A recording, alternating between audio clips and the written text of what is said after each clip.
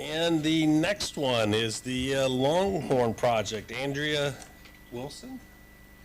Everybody, come on up. Come up. Now, this check was so fresh. It's rolled up. But here, this is actually, I'll be with, I'll back up with Jaime and just say, a check has already been written, so this is actually one in recognition of what we've done. And we've significantly increased our contribution to the Longhorn Project because of its influence and its impact in the school district and such. So from that standpoint, we dedicated $30,000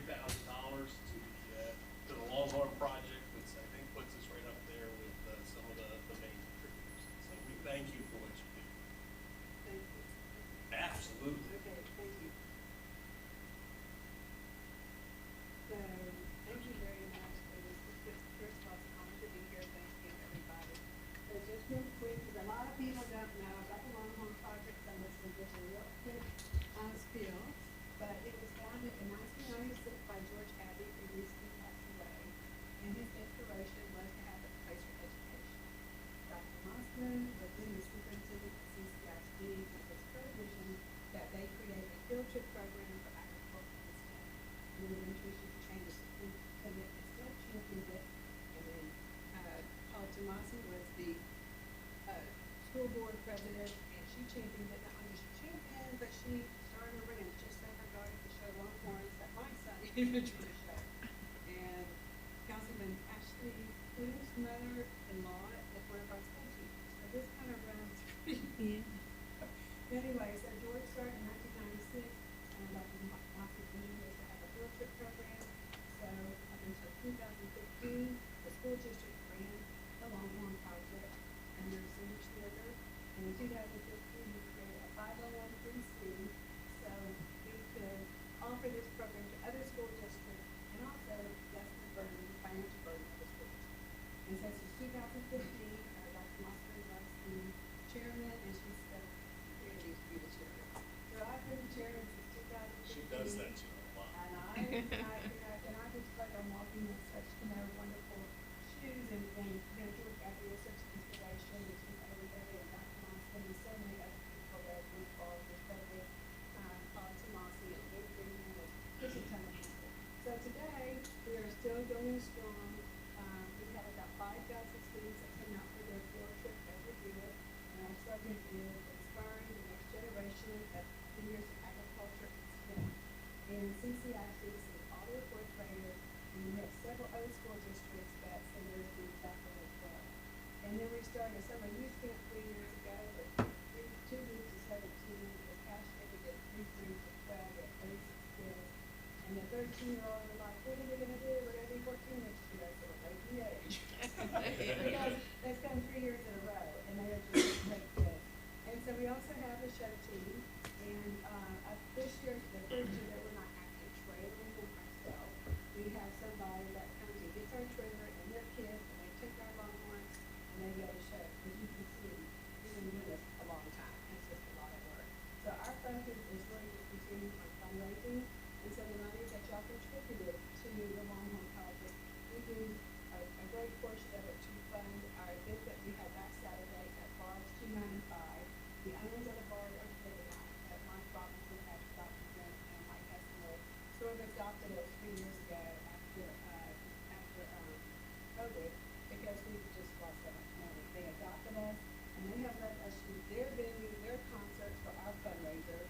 And so this year we were able to kick in some money to help them, who went through Burl, to help them with some of the costs depending on the concert.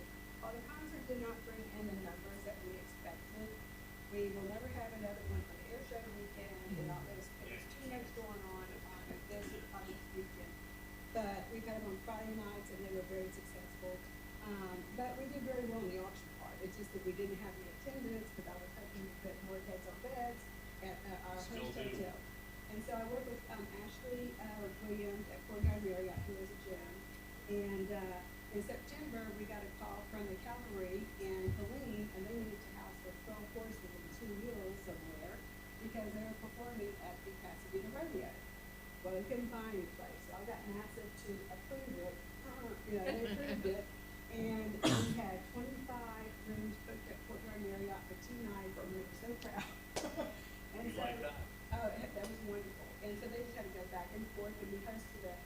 very nice breakfast for them on Friday morning, and it worked out really great. And then for the barge event this past Saturday, when you go to ticket sales on Outhouse Tickets, there's a page or a link that says, now go put your discounted room at Courtyard Marriott, and then a page popped up about the Longhorn Project. And so we did have 6 rooms that were booked, so it wasn't what we had anticipated, but I think it was just a bad night for this concert. Although, you know, we raised the money, it's just that we didn't have the attendance. But I want to say thank y'all. I want to be your collaborators. We put the half-page ad in the Bay Area Houston Magazine for our kickoff. There's going to be a post in the November-December issue, and your logo, and it's all over everything. I think I posted, I did 10 email blasts, and after 25,000 emails total, and did a numerous posts on Facebook, all about Nassau Day, Nassau Day. So I'm your cheerleader. So The big thing I want to cheer, did I hear you correctly? 5,000 students. Well, 5,000 students come out a year Yeah. on the field trip. I think that September we probably had 2,000. Yeah. So it might be That's just more. a huge number. Yeah, well, like 100 kids come off the bus, they divide in 4 groups, they get their introduction, and then one group goes over to the garden, one group goes to Rocket Park, one group goes to the Longhorns, and one group goes to the lab. And they do a rotation. So it's based on the 4th grade teams, but we can adjust it for any age. And Dr. Eagle is now on our advisory board, and Sandy is still on our advisory board. So Freeman and some of the other folks you probably know. But, you know, it's where else in the world do you don't learn about, you know, agriculture and STEM in this environment? There's no one in the world you can see the Longhorn Space Shuttle and the rocket right there. So, and over here we look at programs, conversations by CCIP elementary science coordinator to make sure that we're keeping up with all the teams. But we just get great reviews from all the teachers that come out, and we couldn't be more thrilled. So, I thank y'all. You're all invited. Mark the calendar. December 7th is our holiday appreciation luncheon. Comes from Mrs. Hayes' class last time. And so mark the calendar and save the date for December 7th. And we'd love to have our outreach show you around. But thank you. Thank you. so much. All right, good job.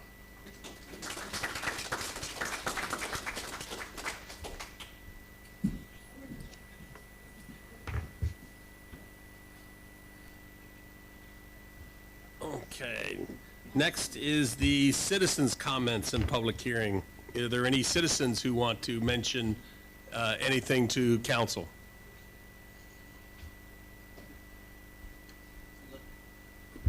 So a report from Parks was not on the agenda, so I thought I was would going to just- recognize it anyway. You were? Okay, so I'll do it then. Yeah, You wanna- if that's okay with council. That's fine, I just did it. that way. Yeah, it was, That's because fine? it's not going to take action. That's, yes, do it then.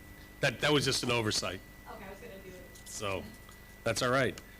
Council member, well, wait a minute, any other comments? Anybody else who wants to speak? Going once? Going twice? Going 3 times? The comment section of public hearings is concluded, and it is 7:20. So next is the council member comments. So Paula, you're up. I just want to say thank you to the firefighters that hosted the visitation to the station. The kids loved it. Oh, sorry. Yep. I just want to say thank you to the firefighters that hosted the help? visitation program to the fire station. The kids absolutely loved it. There was a great turnout. They actually cooked hot dogs and hamburgers, and the kids got to spray the hose and everything. So thank you to all of you for hosting that and supported the police department. I appreciate that. Halloween in the Park was great, another great Nassau Bay event, and it was really well attended and a lot of fun. I want to remind everybody that the reindeer run, sponsored by Canby, is coming up soon. Please sign up to run, or as I will be, walking. You don't have to necessarily run. And lastly, I want to say, please vote. The facility in Clear Lake Park is almost empty, and they have like 24 machines. So parking is great. You're in and out, but you can also vote at the library or U of H Clear Lake or lots of other places, but locally, those are the 3, and I hope everybody goes to the polls and votes. Thank you. Lucy? All right, thank you. Super excited about Pastor K Day because Gloria Day is why I'm down here. I actually moved here and started working for NASA. I attribute it all to Gloria Day, so thank you for that. Pastor Kieschnick was great when I first moved down here, and one of the things that I thought was wonderful about just the Nassau Bay community, he had the best blessing, just someone that you would just fall in love with listening to him. So really happy to see that there was a Pastor K Day, and I can't believe it's been 50 years. That's 50 more than years. I've been alive, but it's pretty exciting. Cradle to grave. Yes, I know. I want everyone to also be grateful for the Glory Days participation in what we did in the paddle at Nassau Bay this weekend. It was a really good event. It was so great to see. There were 40 veterans from Camp Hope that came out. Jessica Swan sang. I was like, wow, you have a beautiful voice. So thank you for that. Just seeing everybody out there and seeing them all on Lake Nassau was just really a beautiful event, and I appreciate everyone that came out and participated in that in the various ways. I want people to be careful on Halloween. I know there's a lot going on. It's a weekday, it's a Thursday. Just plan for some extra time, and especially if you live on like Martinique or something where it's really crazy, just be really careful because there's going to be a lot of kids out there, and I know we'll be out there chasing our kids around too. So please be cautious, and again, Halloween in the park was great, so thank you to everyone who put that on. That's it. Thank you, Lucy. Chase? All right, I'm back with curbs. In all seriousness, I am still working on them. Point Lookout's about 99% done. So I went out there a couple weeks ago and after work and knocked out a bunch of houses. So Point Lookout's looking really good. Michelle's going to talk about fall sweep coming up. So I'll be out there this weekend doing some more curbs. And then the following weekend, I'll be out there as well doing some curbs. My phone number is on the city website. If you need me to come do your house, if it's something that we're not going to get to it and you don't see me out there, just text me, let me know. I can come by and knock out a house anytime. So we're working on it. Bear with me. You know, it's been really hot this past summer. It's just been me out there. So I've got a couple people that want to help out, but me being me, I just get home and I just go do it. So you'll see me out there. If you do, flag me down. I'd be more than happy to come work on your house. Halloween, be safe, have fun. And the next Tuesday, go vote. Elections are always fun, so get out vote there, now. make your vote matter, and we'll see what happens. Thank you, Jesus. Haley? Yep. I would just echo what Paula and Lucy and Chase have said. Thank you to the effort on Neighborhood Night Out. I actually had an employee pass away that week, so was not out and about. If you did not see me, that's why. But I thank everyone that was out and visiting that. Be safe on Halloween. There are like a couple busy streets that I would love to close down because the cars are just, it's really complicated with small children.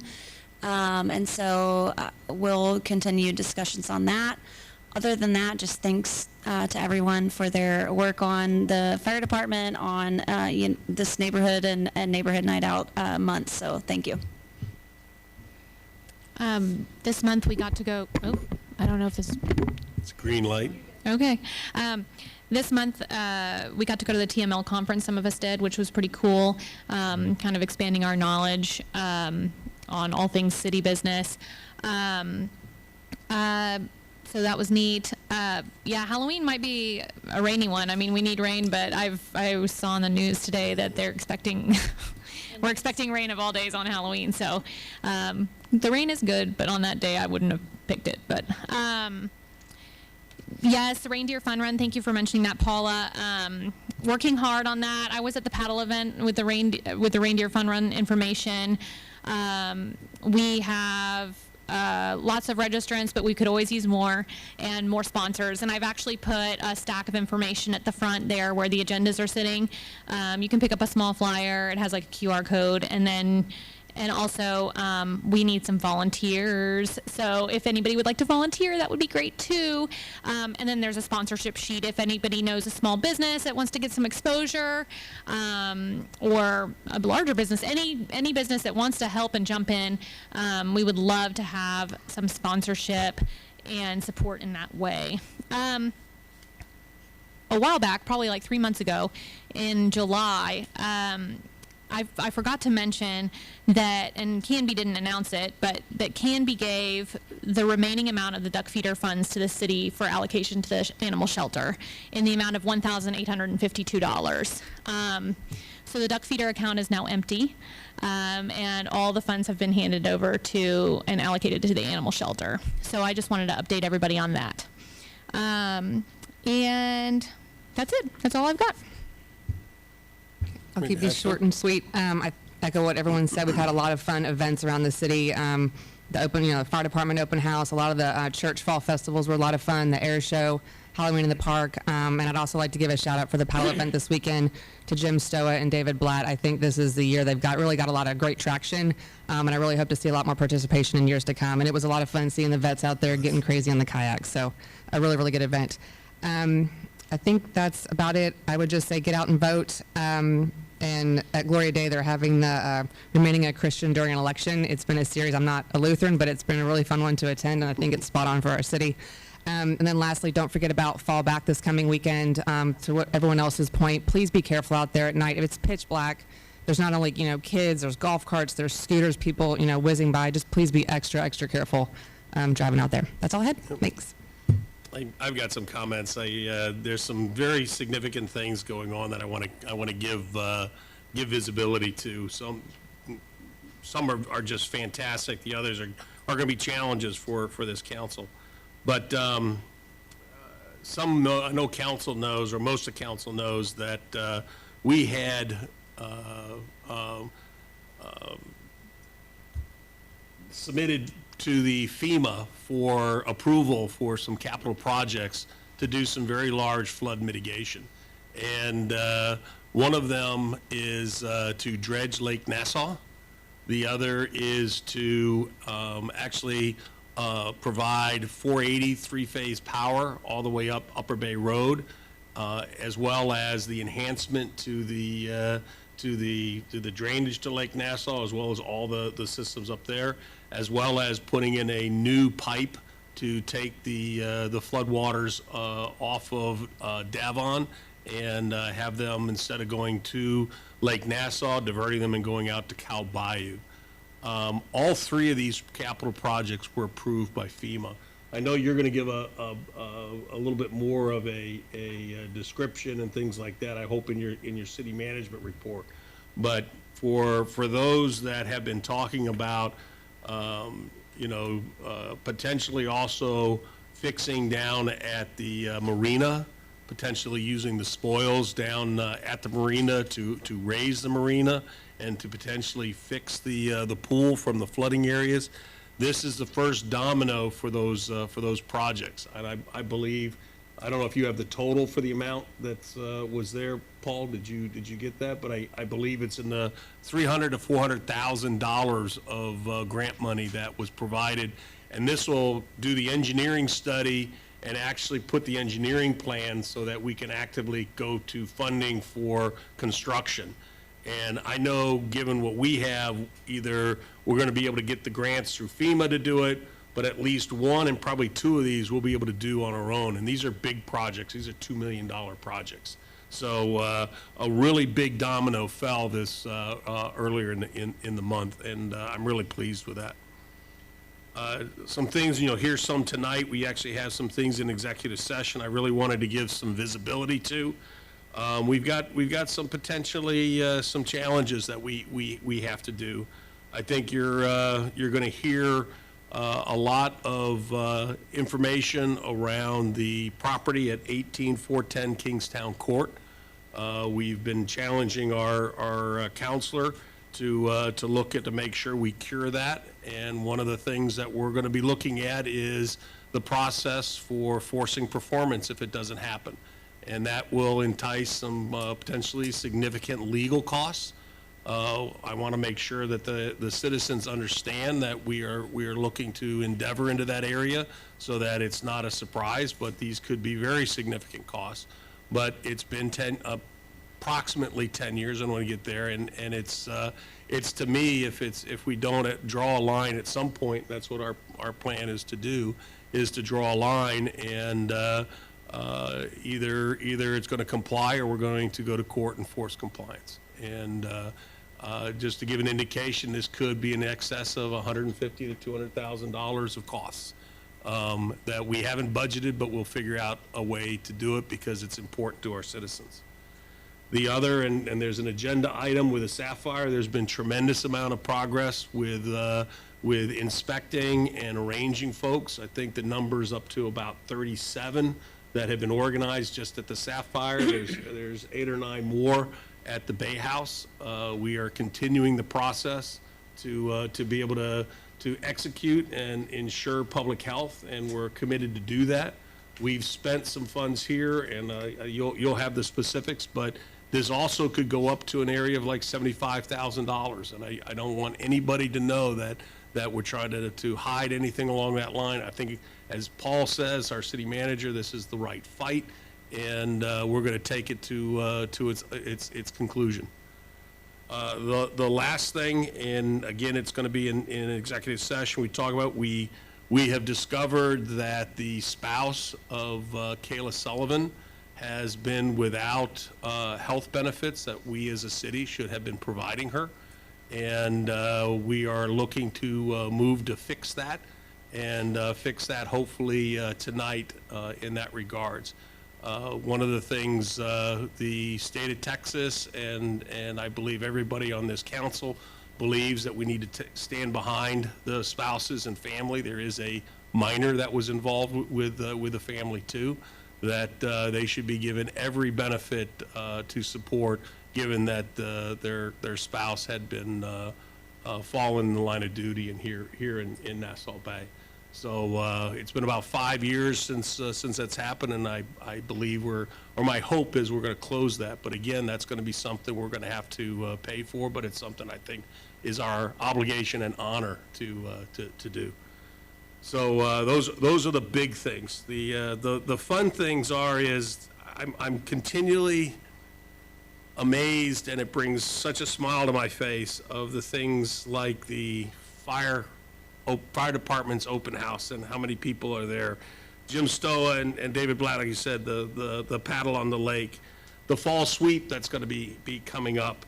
And just for everybody, we mentioned about the reindeer run, but on that day, December 14th, you've got the reindeer run in the morning, you've got the holiday in the park, and you've got the boat parade.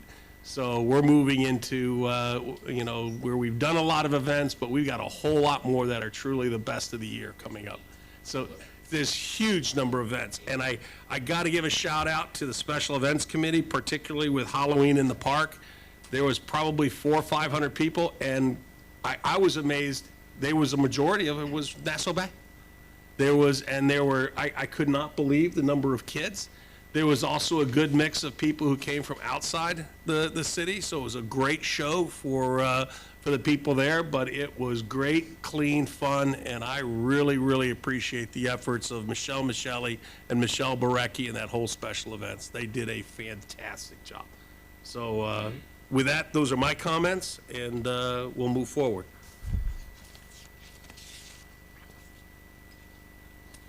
The first item is the consent agenda, and I've got a lot of reading here. Oh, excuse me. Thank you. The reports from staff members and committees, starting, I apologize, Paul, starting with the city manager. Okay, as the mayor mentioned, we've been pretty busy. Really nice things going on in the city. If you notice, we have live streaming the new temporary system. The cameras are up. Tom's in the back. Give a big shout out to him. I think he texted me about 3:30 in the morning when he got it up on Thursday morning early, and so we're looking at that. Maria and Tom's visiting other cities to see what they have, so we could do something better, but we're pretty excited to at least get this going. And just to be sure, this is live streaming now. We're not restreaming, we're live streaming. Okay. Yep. Really excited about a couple big projects on the agenda tonight. Then we're going to be kicking off some really big project at the beginning of the year, water tower painting, new water lines in the city, and just a bunch of good things. And this year we also kick off the aesthetics of the city. We pay extra close attention to. So curb painting, curb replacement, a lot of tree trimming, new stop signs, new speed limit signs going up. So the Public Works guys really getting after it.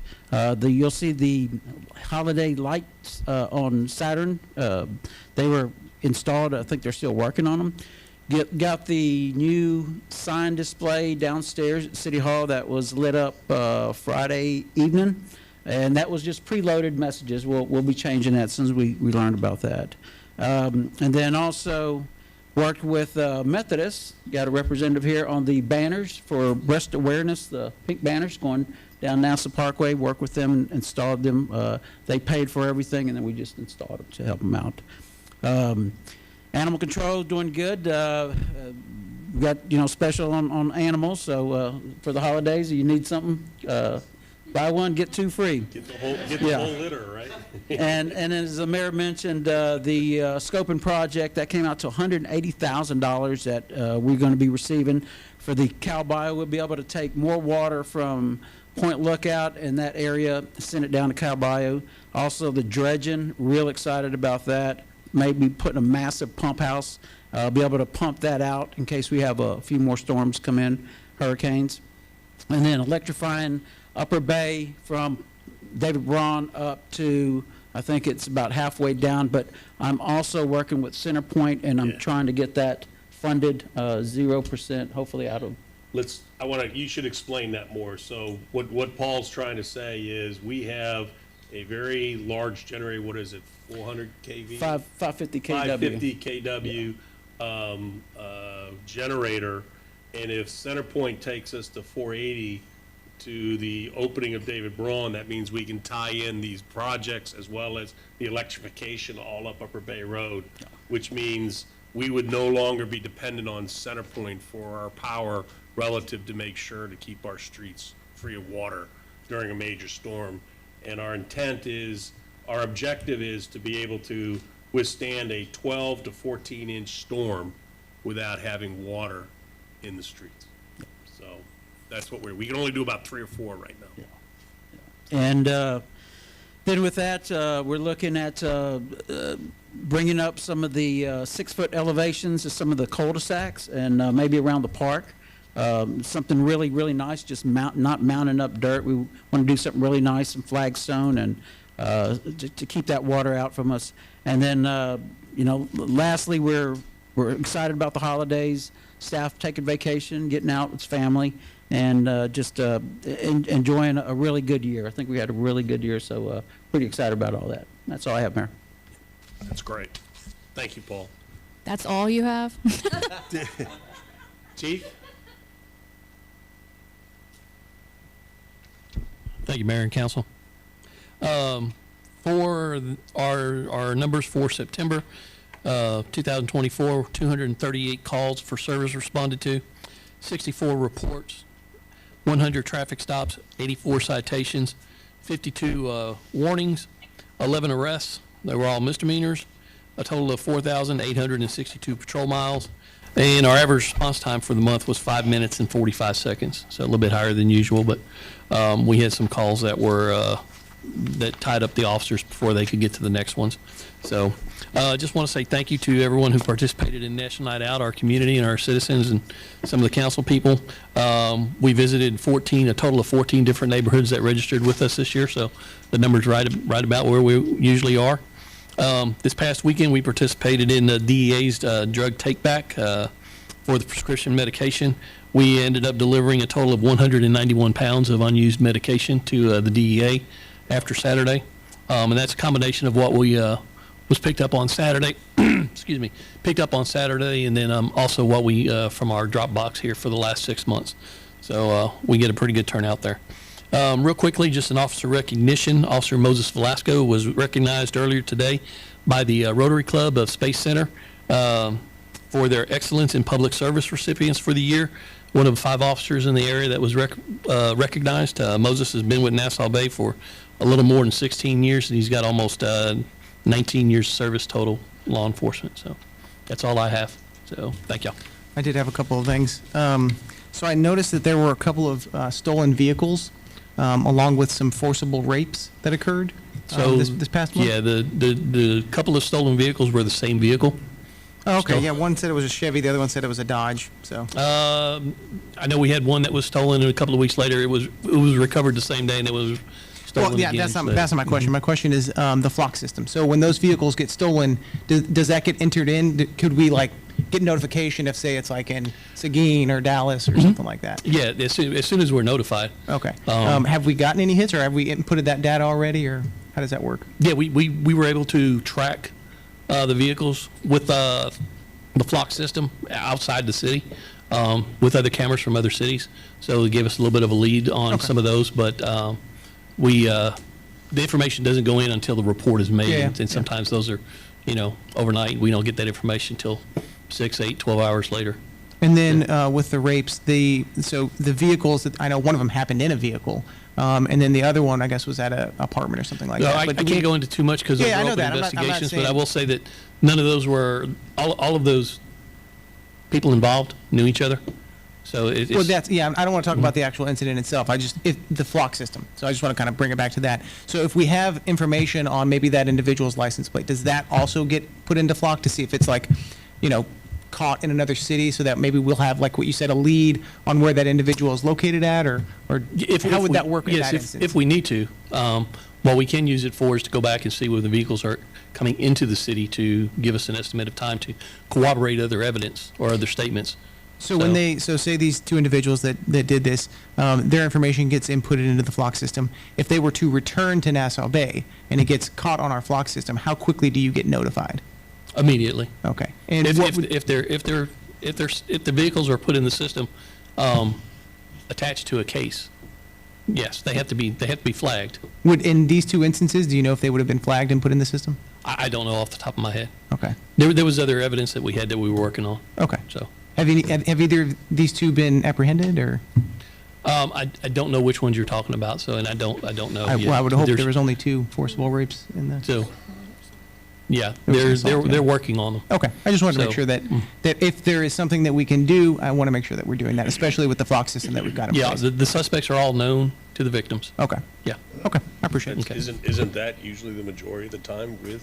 Yes, sir. Forcible rapes? Yes, sir. Majority, unfortunately, That's what majority they of say. sexual assaults are Yeah. amongst members of, at least there's some kind of connection. It's Yeah. very rare that it's a stranger. Very rare. Yes. Yep. Mhm. Okay. Thank you. Fire Department, Matt? All right, good evening, Mayor, Council, citizens. So your volunteer fire department for the month of September ran 43 calls, and we had 1,341 hours of voluntary man-hours to the city, and we stand at 40 members. And really wanted to appreciate the kind words on open house. It's always one of our favorite events. We always guess, what the turnout's going to be like, and this year didn't disappoint. We had a huge turnout. We usually can track it by the number of burgers and hot dogs we cook. But anytime also that you can have an event with children there and just see that pure joy that they have in the simplicity of life, it just is a good reminder for us adults to go. We're looking at things wrong. So it was great to see all the kids playing on the truck. Fire truck, right? Yes, sir. Yeah, having a truck there doesn't help in bringing that joy. It definitely does. But it was a great event, and really thank everyone for the turnout, and we'll look forward to seeing you next year. So if there's no questions for me, that's all I had. Thank you, Matt. All right, thank you. EMS? Mayor, I'll take that. Sean was unable to be with us tonight. You'll have the report in your packet, but just a couple highlights. They had, EMS had a total of 113 calls, and then also contract with our cities, other cities. They had 9 calls in El Largo, 7 calls Taylor Lake, mutual aid calls, 1 to League City, 1 to Pasadena, 13 to Seabrook, and 12 to Webster. So 12 to Webster. Yes, Mayor. And that's all. Any questions? Code enforcement, Tony? So currently, we have 21 active cases going on right now in code enforcement. 14 of them are high grass, 5 are dilapidated fences, 2 of them are trash and dumpster issues that we're working on. Of those, we've sent out certified letters to 12 of the cases, and then the additional 9 have just been given written warning notices for compliance. We have issued 1 citation for high grass for the Luby's commercial area over here. Well needed. Yes. And then we've been attending meetings with Paul and yourself for the Sapphire Apartments for mold and some other properties that have mold right now. So as far as code enforcement, that's it. On the fire marshal side, we've been working with, you might know, the post office. They've had a couple issues over there. I apologize, they were closed for a couple days, but they had a life safety issue going on. So There are some other outstanding violations that are going on right now over there, but they don't warrant closing the facility, but they do have a 10-day compliance period. Can you go into more specific, because that was one of the most hotly, requested, info was what happened at the post office to close it when you said life safety? Yeah, so we try to get over to all the commercial properties at least once a year to do a fire inspection. I went over to the post office to do their annual inspection, and the issue that we're talking about now is we noticed that one of the 2 emergency exit doors that they had was inoperable. It wasn't locked because the panic hardware and so forth worked. The door was just seized up because it had recently been painted on the outside, and it's a steel concrete building, so it settles a little bit, and the door just, they don't use it hardly at all, so it wasn't maintained, so it was seized up. And because of that, if they couldn't fix it immediately, we couldn't allow the workers to be in that back area, because if an emergency happened and the other emergency exit was blocked by the true emergency, they had no means of escape. So we had to close the post office for a couple days. There was some talk about whether we had the right to be in there or not as far as the city, because it's a federal agency. But according to the Code of Federal Regulations, we are allowed to be in there because they lease the building. They don't own the building. So they were firing back left and right about how I'm not allowed in there anymore, and things like that. But once we presented them with the code, we haven't heard anything from them. So we may have the city attorney maybe write them a letter. They have complied with the door. They got it fixed, and they have a few more days left on the other outstanding violations. But one of which is high grass. Out front they haven't been mowing their lawn and stuff. So hopefully they get that done. But, Okay. Thank you. Yep. Any other questions for code enforcement? Public Works? Good evening. For Public Works, capital improvement projects, the blower at the wastewater plant was installed and has been running. We're just waiting on a new DO meter to be delivered, and the contractor will install it. We had 2 major water leaks, one on Point Lookout and one on Space Park. 600 feet of sewer line was jetted to improve flow and capacity along Point Lookout. For the Parks Department, 2 new water fountains were installed at David Brown Park. Monthly peninsula mowing and maintenance. Sprinkler repairs have been ongoing, and the parks crew continues tree trimming around the city. For the street department, various curb repairs have begun along the entrances to the city on Nassau Bay Drive, Point Lookout, and Upper Bay.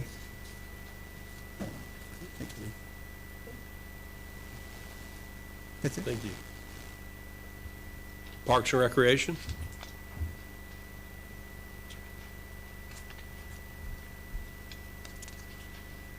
Okay, so we had the wonderful Veterans event this weekend. It was really fantastic. I guess Lucy was there and was talking about how great it went. It was really moving to hear the veterans thank the city for what we did. I started crying actually because they said it. People will tell them, thank you for your service, but they felt like what we did for them was even more valuable, and they want to come back next year and do it again. I mentioned that maybe we could have a pickleball tournament, and they said they liked that idea. So we might expand it a little bit. So it really went well. It was an excellent event. So thanks to the city of Nassau Bay for sponsoring that event with Jim Stowe. He's not here tonight, but I thought I'd speak on behalf of him to say it was a hugely successful event. Everybody just had a great time, and the veterans were super thankful. And then also talk about Fall Sweep, which is happening next Saturday at 8 a.m. Till about noon. We don't have as many flowers to plant this year because it's been such a mild, we didn't have as much of a drought this summer, and it's been kind of a mild so far. So we're going to work in conjunction with the Garden Club. We started off by renovating the Blue Star Memorial in front of Chick-fil-A. I don't know if you guys saw it. We put in a rock garden with the Garden Club there. It looks beautiful. And then we're also going to plant some flowers. We're going to paint some curbs with Chase. We're going to paint some more yellow curbs and clean up some trash on the Peninsula as part of the Keep Texas Beautiful and Keep Nassau Bay Beautiful charter. We have to do the 2 events a year for them. So we really need some volunteers, so come out. Students can get service hours if they need them, so please come out and help out. We would love to have you guys there. Also, we are starting with, we got the PO for the ADA merry-go-round that's going to go into David Braun Park. It's going to look just like the ADA merry-go-round that is in Swan Lagoon. So they'll be matching. That should be coming like any time now and get installed hopefully before the end of the year. We also have the Apollo Dog Park POs out to have the sign put in. It's going to go like right at the conjunction where the 2 dog park entrances are. So we're going to also have, we're in the process of setting up the webpage that is www.nassaubay.com/Apollo Dog Park. So you have a QR code that will tell the history of the astronauts and have pictures of them with their dogs from the Apollo astronauts. So that's almost finished. Should be in the next couple of weeks, and hopefully before we do the Moon Tree event, which is going to be January the 31st. And in conjunction with that, we did some banners to go up so we can have banners to go out. That'll come back because it looks kind of barren out there without the banners. They're going to have that logo from the dog park and say Home of the Astronauts, and those will be in next week. So I think Elias said he's going to have those put up, so you'll see those going up. That'll look nice. The basketball court has been renovated. If you haven't seen it, it looks gorgeous. The pickleball courts are going to be done December the 1st, Mayor? December. In December, okay. And there's 2 new water fountains coming in. They've been ordered. One next to the basketball court and one next to the tennis courts. Those are still the old ones. They're going to look similar, but they weren't working, so we got 2 new ones there. We've got 2 benches installed. There's one in dedication to Barbara Gilbertson, the tree lady, which is right on Lake Nassau, and another one that was paid for by a citizen, Mary Gaza. It's going in at West Indies and Nassau Bay Drive. We're going to put flowers in there for the fall sweep this weekend. So that's got started. In Founders Park, Public Works has cleared out all the weeds. I don't know if you saw that. It's so beautiful down there. You can see everything at the lake, cut all the trees, put in the boat ramp. So the boat ramp is in there now, which some of the guys went over there and launched some kayaks. Yeah. So they're talking about, expanding and doing more to launch kayaks out of that. And it looks great over there. Maybe we'll add some more flowers on that side now that they've put everything in. People were saying it looks kind of barren now, but we could add more flowers over there. So it looks great there. Good job by Public Works. Elias has been doing a fantastic job with Jose. They're doing great. There is a problem with the water over there, though, so those flowers are dying. I think Elias said he's going on vacation, Paul, so I don't know how you can make sure that we can get the sprinklers over there in Founders, and that we can get all the plants, like all the gardens, soaked before this weekend, so that way the plants will set better. We're going to do the gardens on Upper Bay Drive, the Reflection Garden, Tranquility Garden, the 2 gardens in front of David Braun Park, the Planters, Founders Park, and the Swan Lagoon Gardens and the Swan Lagoon Butterfly Gardens. So all of those, just to make sure, since Elias is going to be out of town, he said. So I just want to make sure that we have that. And then also, we're going to renovate the artwork that was in the budget, approved. Thank you, Council, for approving that. We're going to renovate the artwork out here on Space Park, since it has a little bit of degradation there. We're going to also have new trash cans, some bench swings. The lamp toppers are going to be replaced between Founders Park and David Braun, for those of you that said they couldn't see out there. There's going to be some upgrades in the dog park. We're going to have some items in there. We're going to have the floating dock going to be fixed out there in David Braun. The astronaut statue, we do have a quote for that. That's going to be coming hopefully soon. I don't know how soon we can get it. Maybe it'd be great if it could be before the next Moon Tree event. We also have a mural that was approved in the marina, and a lot more that's going to be coming out that was approved. So we have a lot of exciting things this year. Thank you guys so much, and hopefully we'll see some of you this weekend at the fall sweep. Thanks. One of the things I want to mention, you mentioned moon trees. I don't know if anybody's looked out here. Those moon trees are now about 10 feet tall. Yeah, they grew really They've grown about fast. 6 feet. They pop up pretty fast, so they're looking really nice. Yeah, it would be They look really like nice trees. eventually to have the statue out there, and I think eventually we want to have like a table and benches, make it like an Instagrammable moment. And also, I didn't mention that we're going to have QR codes at each one of the Moon Tree plaques to have history of the astronauts, and talk about astronaut statues. Ashley Klug gave me some photographs of different things that we're going to look at the next meeting to have, it's almost like a treasure hunt a little bit. It's not obtrusive, little kind of cute, hidden things that you could find that would be interesting for history of the city and also to, honor our space heritage. Thank you. Anybody have any questions? Michelle, can you touch on the Arbor Day celebration this Friday? Oh, yes. Yeah, this Friday, the Howard Garden Elmore. Club's going to have an Arbor Day celebration. I think they're going to do something kind of quiet. I'm not sure exactly where the tree is. Do you know, Paul, where the tree's going in? Anybody from the Garden Club here that's going to tell us where exactly where the tree Tranquility? is? Is it Tranquility? Okay, it's going to go in Tranquility. In Howard Ward Park. What time is it going to be on Friday? At 10 a.m. Friday. So if you guys would like to come out and enjoy and join in on the Arbor Day celebration with the Garden Club on Friday at 10 a.m., that would be great. Anything else? Anything else? Can you go into detail about what other changes you're making to the dog parks?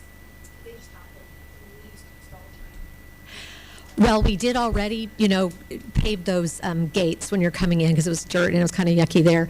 And there's going to be some items that they want to put in there that are like, it's like where a dog can jump through, or like a little platform that they can walk over.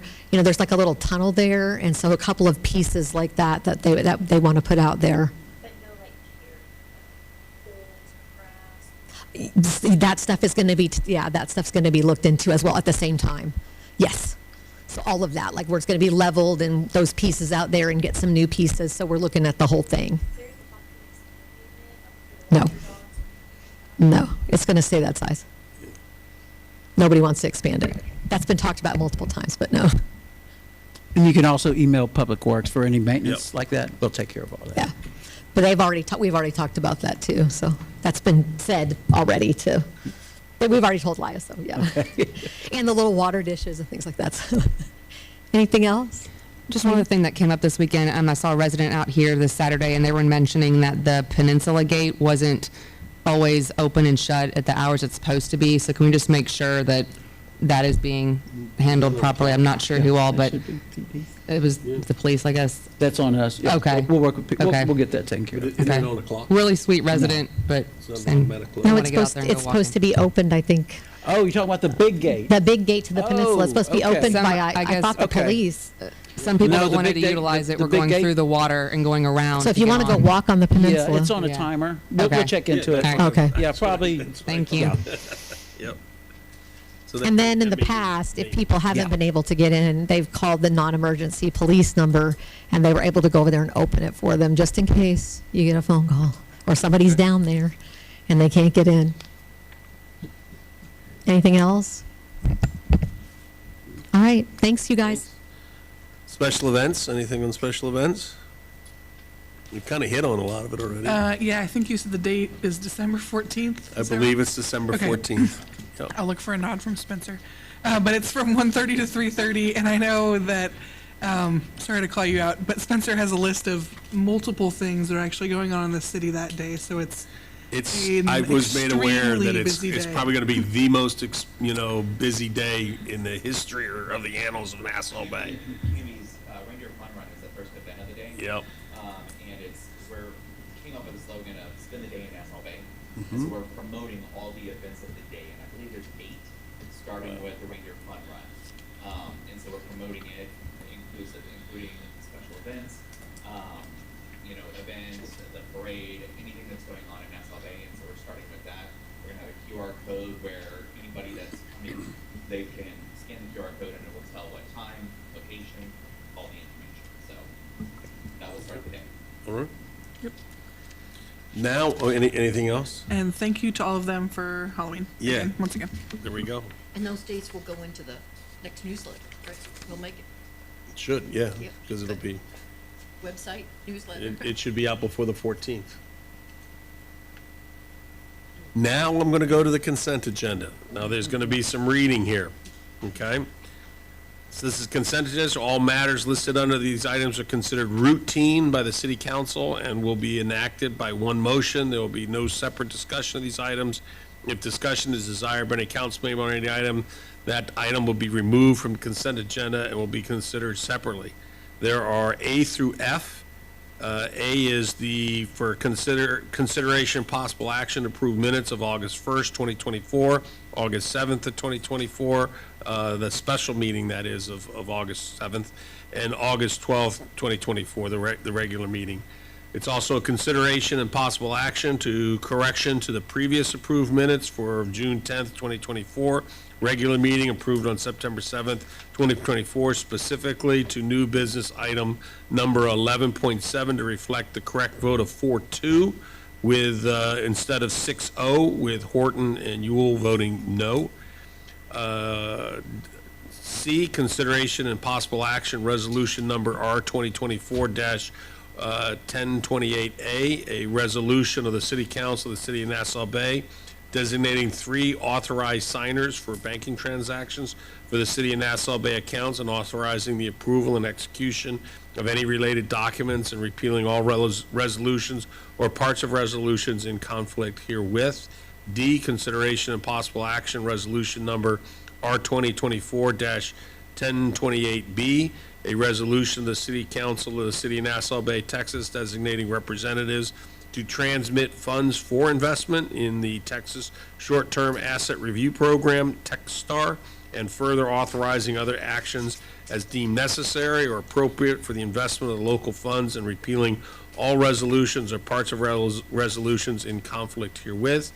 E, consideration and possible action, resolution number 2024-1028C, a resolution of the City Council of the City of Nassau Bay designating representatives to transmit funds for investment in the Local Government Investment Corporation, LOGIC, and further authorizing all actions as deemed necessary and appropriate for the investment of local funds and repealing all resolutions or parts of resolutions in conflict herewith. And F, which is consideration and possible action, resolution number R 2024-1028D, the last one, a resolution of the City Council of the City of Nassau Bay, Texas, designating representatives to transmit funds for investment in TexPool and further authorizing all other actions as deemed necessary or appropriate for the investment of local funds and repealing all resolutions or parts of resolution in conflict herewith. This is pretty much housekeeping. If there's any questions or if anybody would like anything pulled out, this is the time to make mention. Then I'm going to ask for a motion. I would move to approve the consent agenda items A through F. Moved by Chase, second by Paula. Any further questions, any further comments? Then I call for the vote. All those in favor? Passes 7-0. Next is now the old business. This is council input and discussion and possible action regarding the George W.S. Abbey Plaza on Saturn Drive. So for people here, just like we did with Chris Reed and looking at the proper placement and all the installation for recognition of Chris Reed and moving that, we did the same process. I think the Abbey family, particularly James Abbey, has been involved. And what has come down as the recommendation for council is that if you look at the medians in Saturn Drive between Nassau Road 1 and the Marriott, there's actually 2 oval medians. One that is primarily close to the courtyard and one that is primarily closer to Nassau Road 1. The recommendation is to make the one closer to Nassau Road 1 the George W.S. Abbey Plaza because it has a tremendous view of the space shuttle. It's right there across the street from the Johnson Space Center and Space Center Houston, and it would be a good recognition for that. A plaque as well as some information about George Abbey would also be included, but will be brought to the council at the time. but I really wanted to get a sense and a consensus to make sure that this is, if there's any objections to that, please, this is the time. But that seems to be where the family would like it. I think it's a really good place because of its juxtaposition with NASA, and just in honor of George Abbey and the Abbey family to the city of Nassau Bay. Could you perhaps elaborate a plaque and what would be different there? So aside we from just naming it after him? in order to be able to just, say who George Abbey was and what what his contributions were, because they're long, and to be able to identify it as the George, W.S. Abbey Plaza. Okay. So it would be a plaque kind of on a stand. Yeah, correct. Very, very similar to like what we've done on some of the others. Okay. Yep, Sounds good to me. yep. Anybody disagree? Anybody have issues? Then I believe that's going to go forward. We may need to codify something in order to do that, Dick. But in any event, and then that'll progress, and we'll see and share just what all will be said, so that we can have input there too, because he did quite a bit for NASA, quite a bit for education, quite a bit for Nassau Bay. Okay. I don't need a motion there. I just really wanted consensus to make sure we're on the right page. Appreciate the update. Okay. Second is consideration and possible action to appoint a member to the Maritime Safety Committee to fill a vacancy for the remainder of the 2-year unexpired term. I'll take this one too. Is Jim DeForest, unbeknownst, is going to be moving out of Nassau Bay to Ohio, so he will not be able to fulfill his term, and so from that standpoint, the newly filled committee has one vacancy, and we've actually done the publishing of vacancies in the Compass Rose as well as the website, and have nominees. If you remember the last time, we were kind of balancing between Jim DeForest and Jeff Horton, because we wanted to have somebody from either Bal Harbor or Swan Lagoon represented.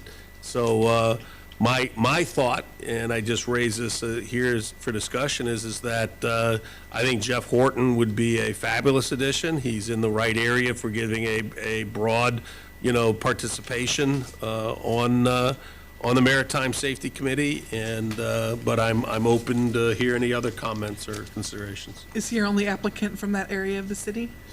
He is. Remaining? Sorry. He is. Remaining. Correct. And we reached out to these individuals that are still wanting to, are we aware that they want to continue? My to be understanding is considered? yes, they Okay. do. Any other questions? Any other comments? I will need a motion. I move to appoint Jeff Horton as a member of the Maritime Safety Committee to fill a vacancy, the vacancy of Jim DeForest for the remainder of a 2-year unexpired term. Second by Paula. I'm going to give it to Paula, even though she barely beat you up. Any other comments? Any other questions? Then I'm going to call for the vote. All those in favor? Passes 7-0.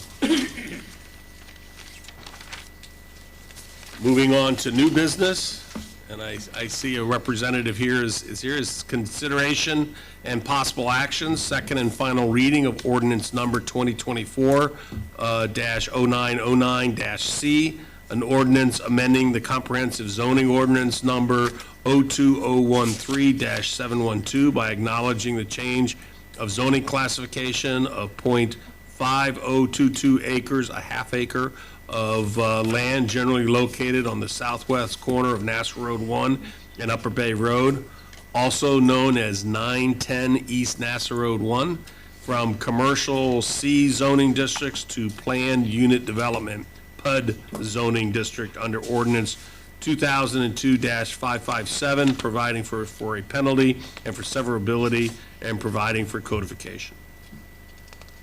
This is at the corner of Upper Bay and Nassau Road 1. This was where the old Shell Station, Arafat property, And this is from the last time where we had the pictures, and I believe there's even more information in there. And I see we have a representative here that, for putting a dialysis,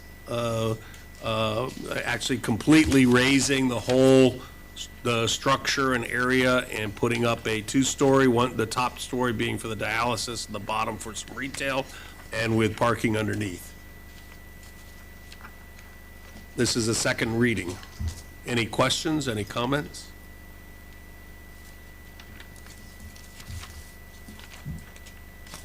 I believe this will be a very good addition to the city, and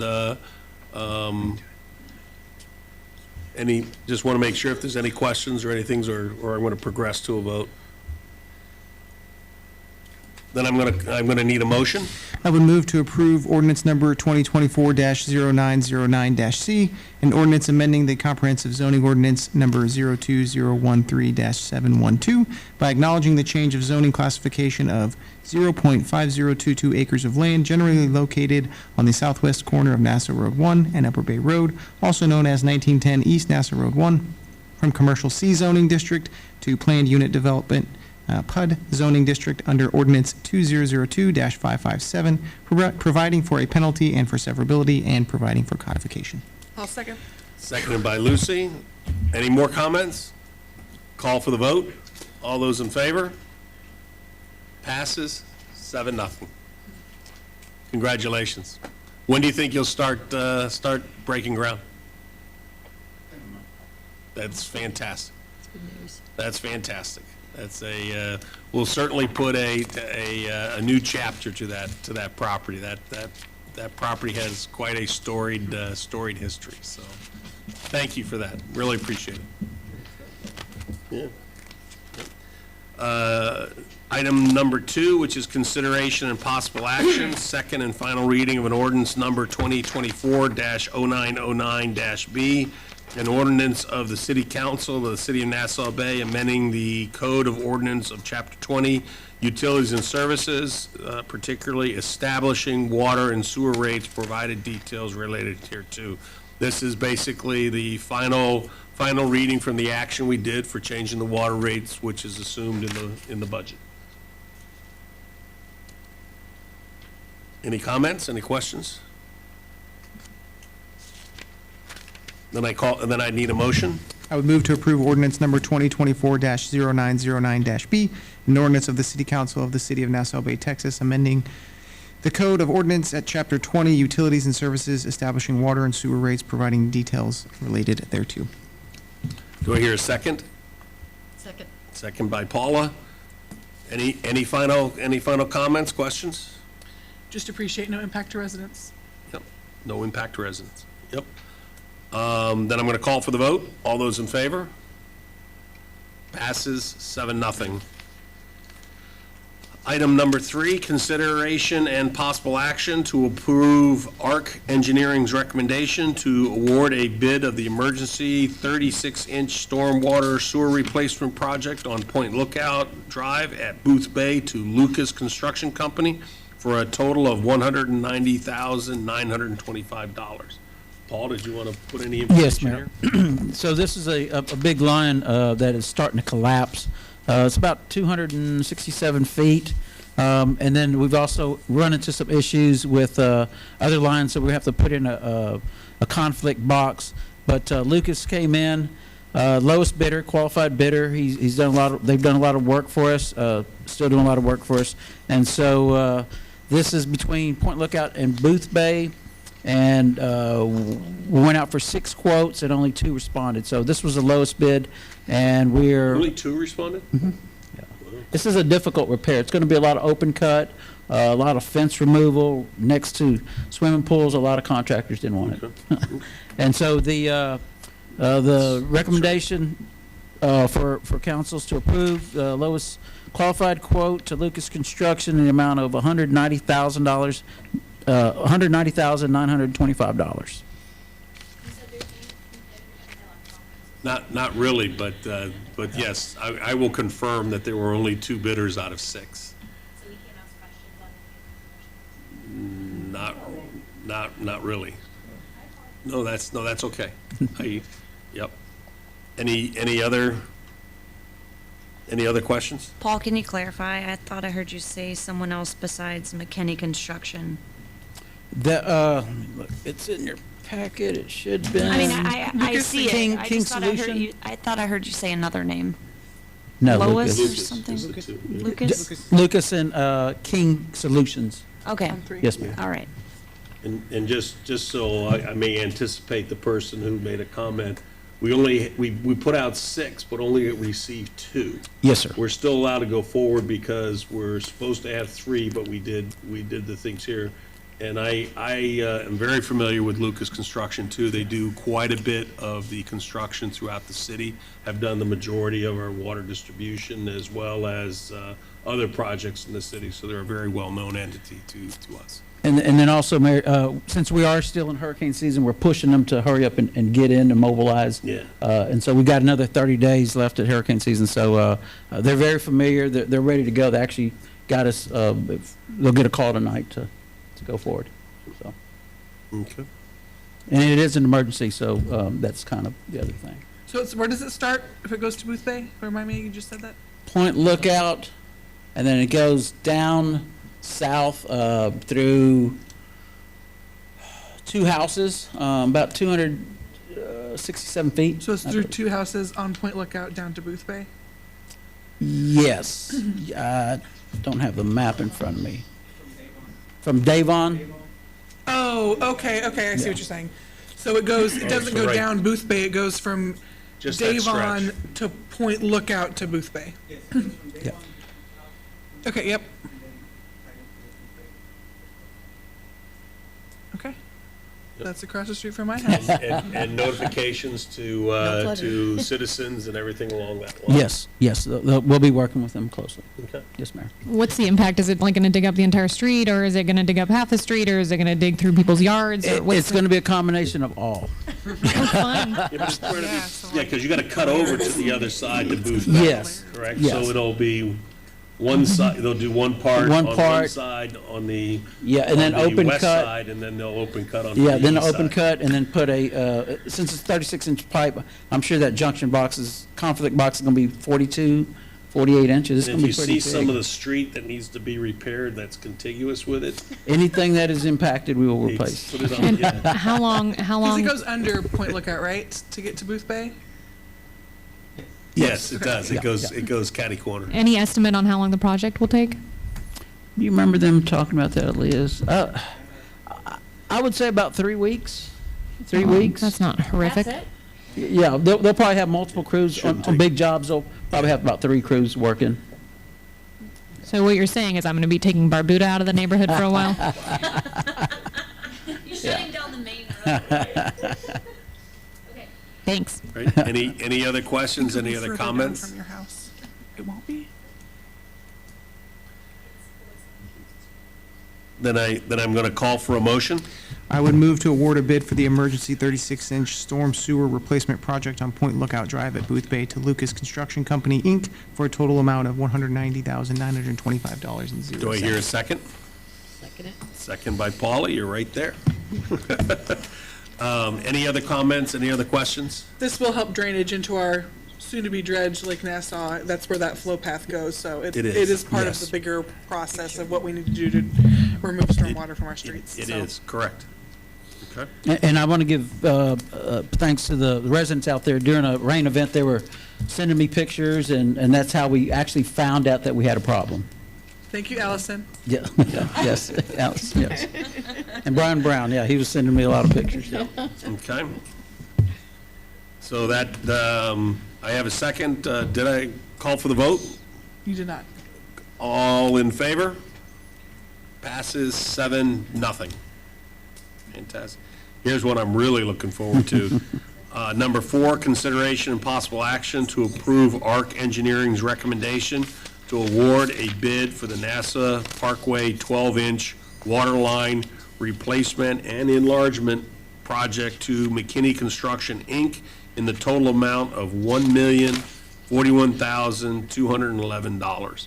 This is the line that goes, what I call is one of our master headers. It goes from Saturn all the way to the Hilton. It is specifically to address the low pressure in some of the ancillary areas in our city. That was the main, one of the two main audit blemishes we've got from the ISO rating that said that we almost lost our ISO rating number 2. So this will enhance the water into the grid and therefore enhance the pressure throughout the grid and will correct that deficiency. The reason I say that is if we were to continue, I mean, we just barely passed the audit. The audit happens every 5 years. And if we went from a level 2 to a level 3, that would mean in aggregate, our whole city would probably see over a $300,000 increase for insurance premiums, which I consider like a tax increase. This is things that we're going to do to take care of it. The payback's 3 years. This is a no-brainer. So, okay. I thought, just out of curiosity, weren't we budgeting closer to 900,000 for this? Yeah, so this is mostly paid for by the COVID FEMA funds. I think it was 930. 985. Oh, nice.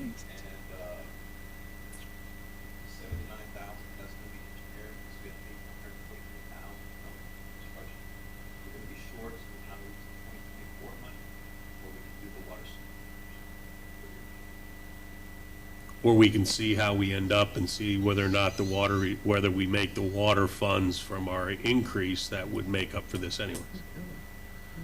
So you're right. So just for our discussion up here for the people in the chairs, Lucy has identified we're going to be short relative to budget, but we've got a couple of items as well as the EDC or whatever that we can use to do this. I actually believe we're going to see more revenue on the in the water and sewer once those full rates get through, and it's going to be a non-event. That's fair. I just recall from budget seeing this being a you're different right. number. No, but you're absolutely right. Same question.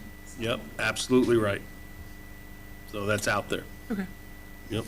And so a couple more items, Mayor. There was 11 contracting firms that participated in the bidding process, and this is right at 6,310 linear feet. Going from 10 to 12 inch in diameter, and all new valves, hydrants, and then it will increase all the pressure going to the Hilton, the whole west Straightens area. out some of the elbows. Yes, we'll go straight shot tees instead of, we've got Correct. some areas that come down, do 90s and wet back up. Yeah, And, correct. and then, This is a good project.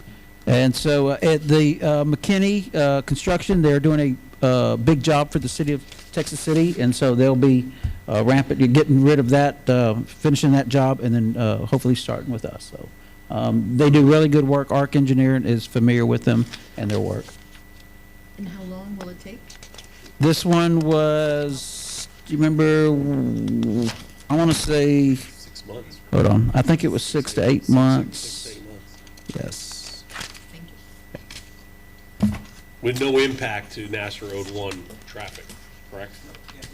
I just want to make sure people understood that. So this is going to be on our property. Once approved, do we know when they would begin?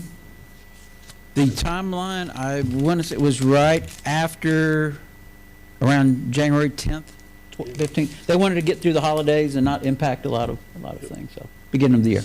Be a lot of work starting. Yeah, a lot of work. Very shortly. That's great. Okay. Any other questions, any other comments? Then I need a motion.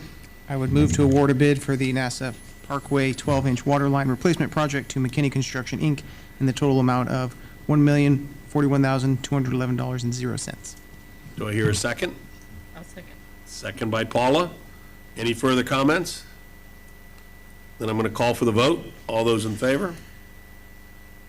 Passes 7-0.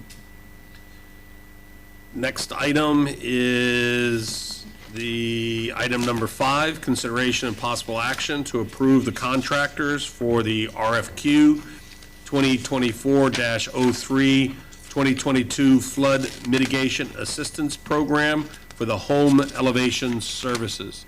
So that everyone understands that we have a FEMA program that helps compensate folks to be able to lift their homes in a flood zone.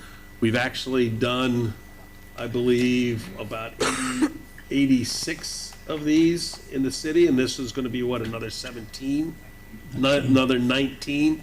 So this will bring the city up to over 100 homes lifted in our community, which, to give you that is a wow. It's 1 out of 10. 1 out of 10 homes have been lifted by the end of this. This is the and correct me if I'm wrong, because I'm trying to make it quick here, Paul. These are the same 3 contractors that are currently, which is Architectura. It is P3, and the third one, I'm losing it here, is Acello, right? Acello. They've been the same ones in the city for a while, and so this is really just a rollover for what has been a proven plan. And these are the 2022 grants. 2022 grants. Mm-hmm. Yep. Any further questions? Any further comments? Then I need a motion. I'll give Chase a break. I move to approve contractors for RFQ 2024-03 to 2022 Flood Mitigation Assistance Program Home Elevation Services. Sorry, 2024-03 2022 Flood Mitigation Assistance Program Home Elevation Services. Do I hear a second? I'll second. Second by Haley. Any other further comments or questions? Just to confirm, the firms that we're going with are Excello, Architectura, and P3? That's correct. Okay, make that in, make sure that's part, you mind if we modify to make sure that those 3 are defined in the motion? Sure, go ahead. Okay. Yep. Do I need to say it again? No.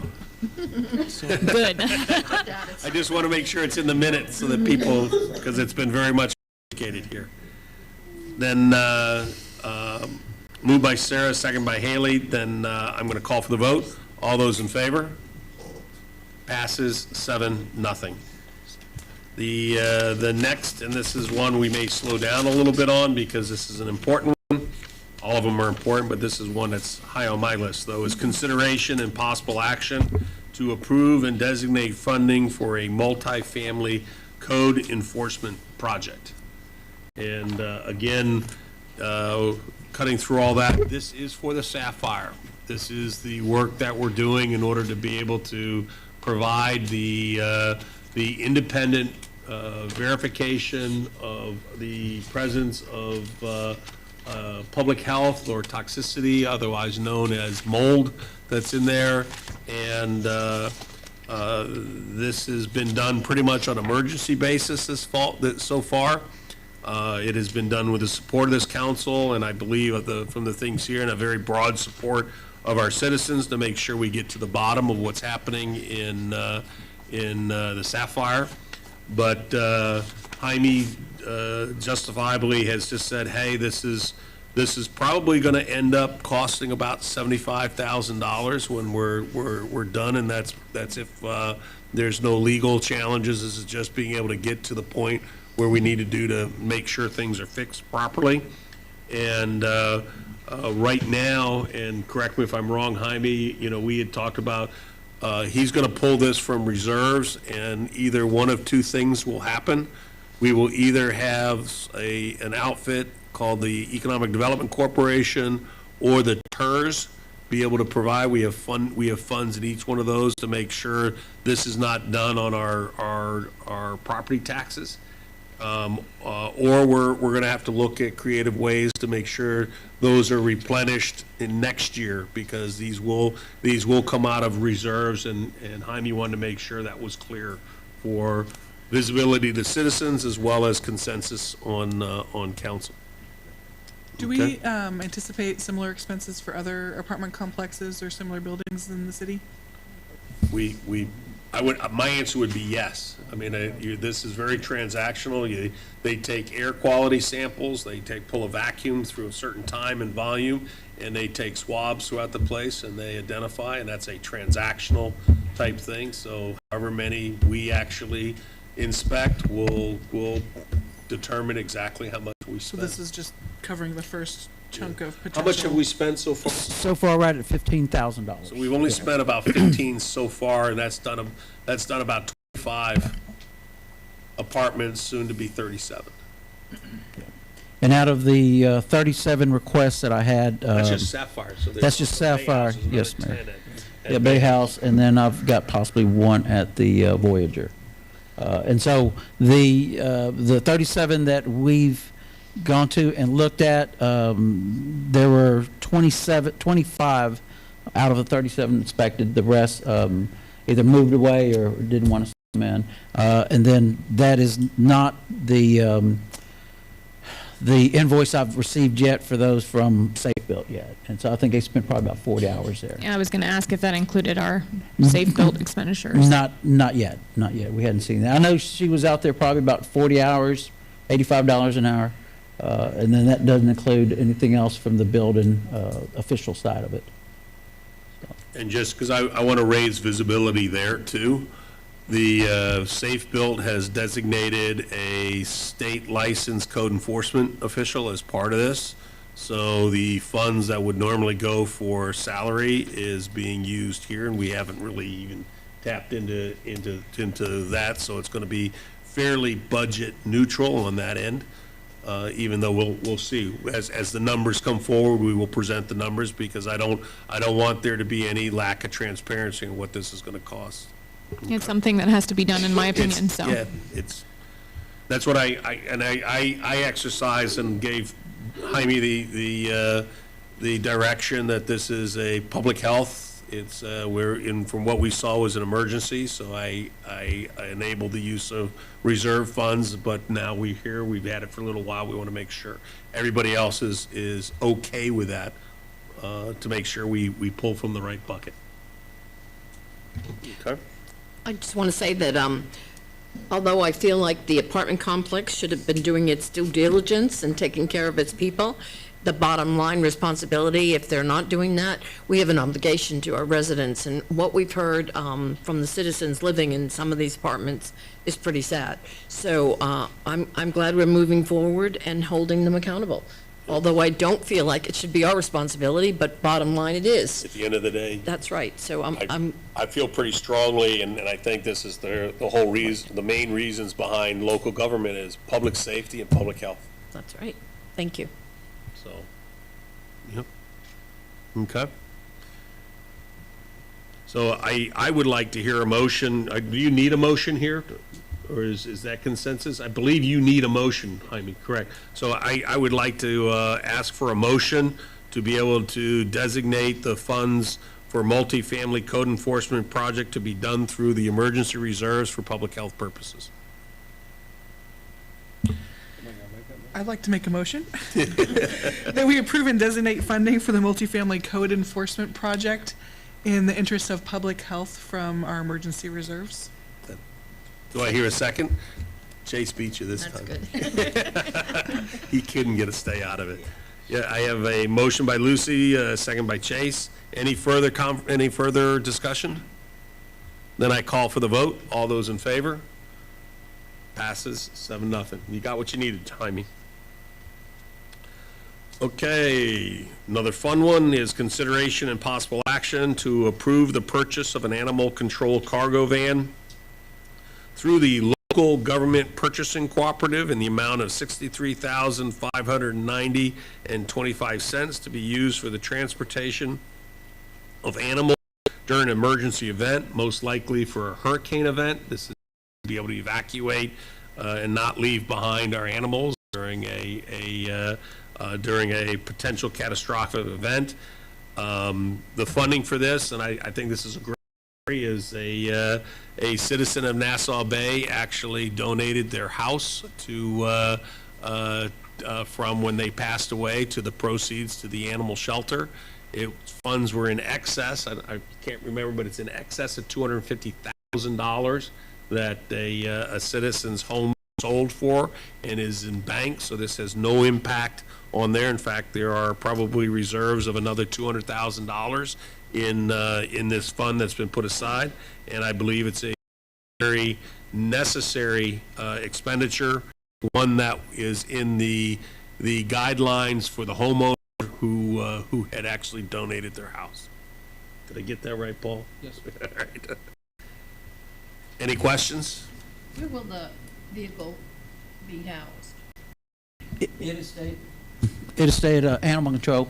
Is there a cover for this vehicle down there? Most likely, probably underneath, probably our barn shed area. Okay. Yes, ma'am. And then also, it'd also be used to, when Troy has to clean out some of the shelters, he can also Use put the it animals in. temporary. And like right now, if, he goes down to, takes an animal, they're in the back of the truck, heat, cold, rain and all that, and so this will help out a lot. I would move to approve the purchase of an animal control cargo van through the local government purchasing cooperative in the amount of $63,590.25 to be used for transportation of animals during an emergency event. Second. Second by Sarah? I didn't see. All right. Moved by Chase, second by Sarah. Any further comments or questions? Then I call for the vote. All those in favor? Passes 7-0. We're on a roll here, folks. Consideration and possible actions regarding city staff update and recommendation on selecting a proposal for a police department and building department assessment. Did you want to give a little bit of a background on that, Paul? Yes, Mayor. So in your packets, you received the proposals, and it's we had reached out to some associations, some firms, and we got one was the police executive research that came in at $171,100, and that was just to assess PD. And then also we had SGR come in to assess the building department only, and that was 28,000, 13,000. I'm sorry, plus the 13,000. That's right. And then we had the police chief association at 8,900 plus another 1,800 could be used, but that was PD only. And then the 65 North group, both PD and building department for 42,000 combined 200. Yep. Yes. Yes, Mayor. Oh, that's right. Plante Moore. That's right. They just came in. That was a proposal for 28,000 and 10,000 to be used under the city's discretion for additional services. And so you'll see the recommendations packet, and so that's kind of where we're at, Mayor. That's correct, and it's specifically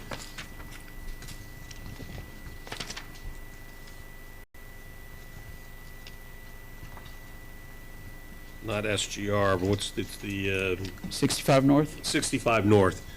Yeah, the recommendation is for the 65 North. This is something we've spent a lot of time. I think it was time well spent. But the 65 North, I believe, has to me the best chances for meeting the expectations for what I think these audit or best practices. This is something that came out of the Charter Review Committee, which was to be able to look at two departments every year. For a total of 3 years, it would have 6 departments, so that they would all be reviewed for best practices. Does the proposal include the staffing study, or is it just the 65 North without the staffing study? That was the staff. No, Without the staffing study, it's 36,000. With the staffing study, I would. Yeah, so with the 42,000 includes Yes, okay. the So staffing. that's what we're saying is. Correct, okay. correct, that's the one. Remind me, was this the other company that we knew from a project in Pearland? Did we get recommendations? What feedback did we get from them? So in the packet, there's actually 3 pages of recommendations, and so far, when I spoke with them, I actually hadn't got a chance to get with Pearland yet, and my apologies on that. But what I understand, they did a good job with them. So I talked with these individuals too to try to see. I was trying to negotiate a price downward, and I think they had good reason why, with the, particularly with the staffing study and the breadth. I mean, they're gonna take a good month to do this. So that's, in my mind, I think they're the best outfit to do the job, and we need to get on with this. When will it begin, and what's the process for getting the information for council? Yeah, so to me, if I remember, he said he needed at least 4 to 6 weeks lead time in order to be able to really start.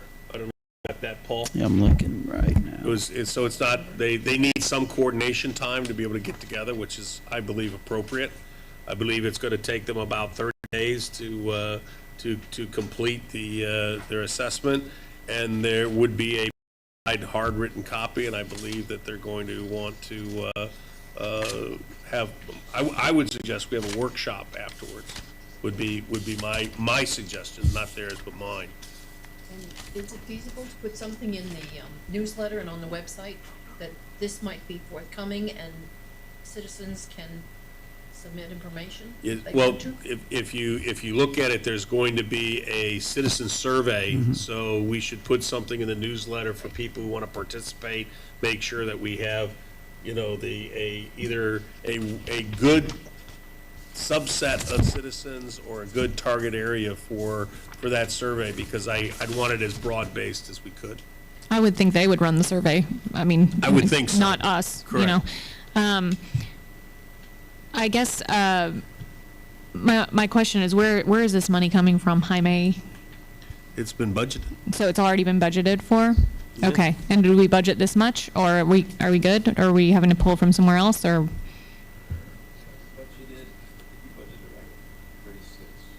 So we're going a little over? I thought we even did more. No. Did you? Yeah, I thought we were looking at it originally being as close to 60,000. And then yeah. In the worst case, it was 36, but, so it's been budgeted. So we'll see it on the website and in the newsletter. And Facebook. Great. Thank you. Any other questions? Any other comments? Then I need a motion.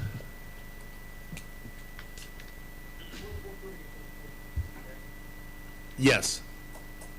Well, then I would move to approve the recommendation on selecting a proposal for the Police Department and Building Department assessment and award that to 65 North Group in the amount of $42,200. Do I hear a second by Paula? Any other further comments or questions?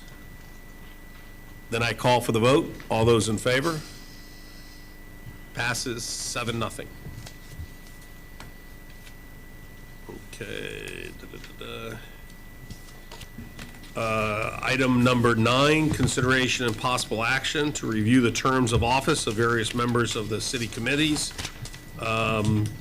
This was by Councilwoman Horton and Yule. I think it's also, from what I saw and when the discussion's going to probably overlay a lot with 10, so we may take these in there and do the appropriate motions as necessary. I just, I felt like I didn't know if 10 applied to the 3 boards listed, so I wanted to make sure to encompass all committees and boards in the discussion. So it is. Okay. On November 8th of last year, if you don't mind, I'll just start. On November 8th of last year, we did a comprehensive workshop where we really broke down all the boards and committees. I'm sure everybody remembers, and we went through each committee separately and extended terms. We did even numbers, odd numbers. We extended terms. We made sure to shore up that bylaws were being followed on certain committees, because there were people on 2 committees that should have only been on 1 because of the bylaws of the EDC and things like that. We also eliminated some committees altogether. We did. We eliminated 2. So when I asked for this agenda item, and Haley also asked for it, that the list of committees and boards be included in the packet, in the agenda packet. Looking at this, it is clear that it has still not been updated to reflect this November 8th meeting, which is concerning to me. You know, I went through the November 8th meeting and I printed off the minutes and I looked at all the differences between the two, and it was kind of baffling. So Did we record that meeting? Are you I don't know if it was recorded, but I was just looking at the minutes. So my concern is that during that meeting, we oftentimes, I think Lucy would do it, and Abby as well, when he was here, we would number people even and odd. And I'm not sure how this has been adjusted since then, so that if she was to go back and try to, you know, label some people even and some odd, are they the same people that we were discussing in the meeting? That's why I was wondering if it was recorded. But additionally, it doesn't reflect that I think my term was just extended on EDC. Lucy was placed on EDC, which that might be on here. Yes, but so that is added. So you can see there's notes. There's a little confusion about who replaced who. There's even broader confusion. So let me talk a little bit to 10 also, and this is also some feedback from Maria. I'll give her credit. You know, we've established a process where we don't want to do any consideration of vacancies unless it's been published in the Compass Rose, on our website, and on Facebook. And if you look at it, we have a number of things, we're in time periods that go out through the year. So we are actually delinquent in either formally re-upping individuals in these committees, or in, you know, if there's a vacancy or whatever, simply because we haven't, as what we codified, we have not promoted those because they come out here. She would like to simplify that so that we do that, you know, all the appointments all at one time, so that we can do that. And I kind of like that idea. And to me, and I'm in talking it through with her, because she also runs the elections and things along that line, means we could publish things around any vacancies that are coming forward with expired terms or whatever, like in April, you know, and we have May and June in order to get those. We actually have an election in May.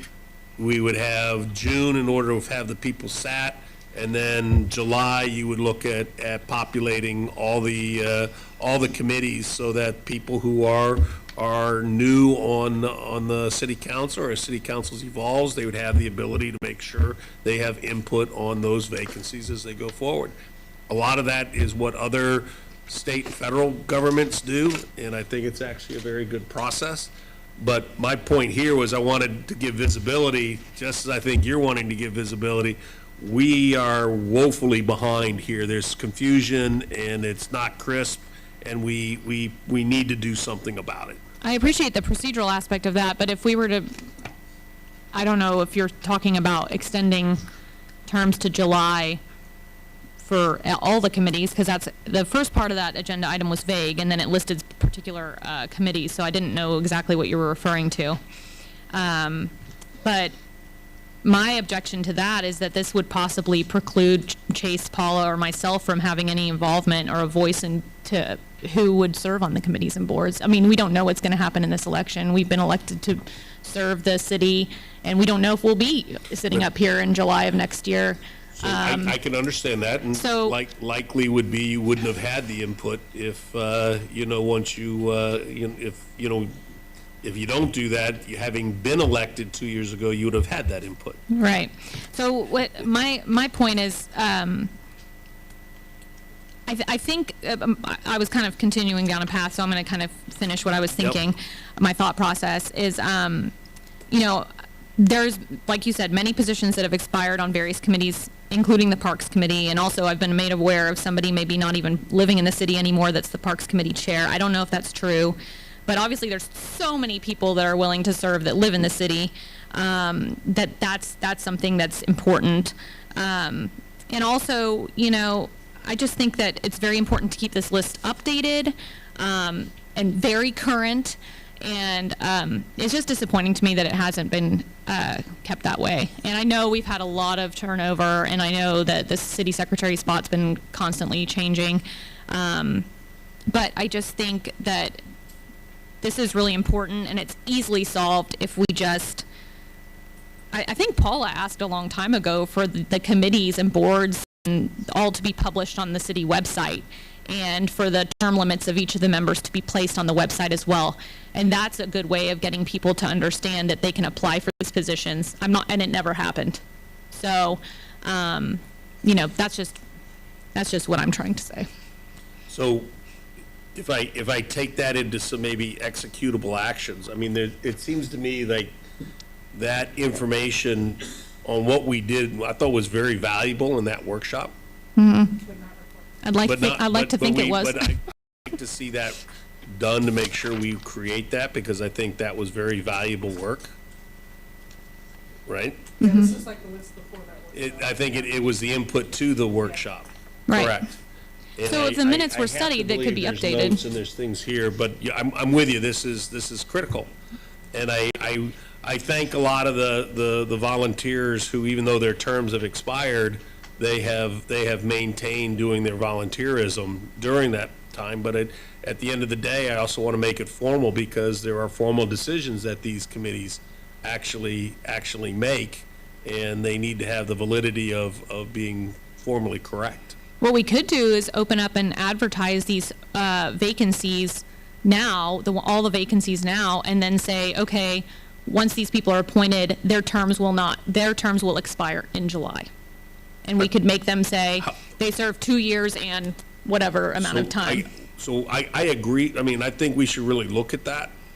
I mean, somehow we either have to extend to July or make it effective whenever we say we're going to do. Because some of these people have served like 3 years. Because, yeah, that's what I'm They getting at. expired like last year or the year before. But I mean, it was this council, I mean, just saying that put that requirement in for it to be published, and I think that's created a little bit of a bottleneck too, and the process is not crisp, so we are out of date. There's no question we are out of date.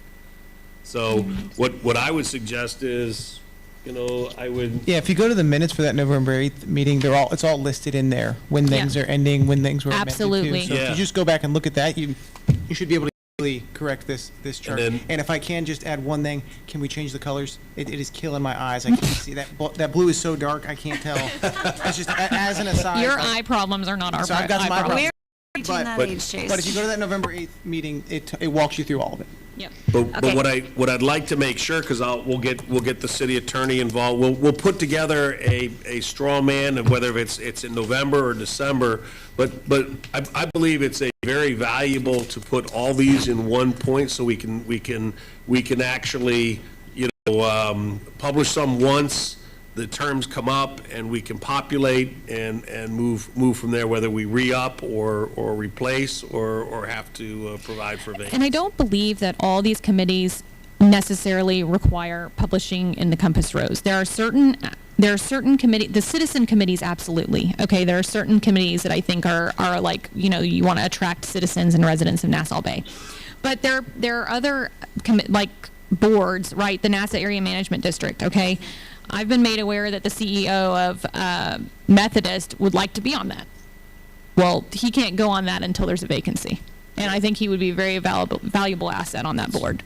So, I mean, I think that's why we need to kind of maybe have a little bit of, respect for the term limits now and give people an opportunity to serve. And No, I agree. I mean, but this was an effort that was led through that codification in order to streamline and make sure there was visibility in regards to the filling of these vacancies. That was considered a very, very important aspect of transparency. I mean, I helped write that, but. Right, so that there weren't backroom deals or anything along that line, that it was done with promotion and full applications. And that's created a process which has been difficult, is what I understand. So we've got to do something. But I believe some parts were excluded. Some were explicitly excluded from that committee ordinance.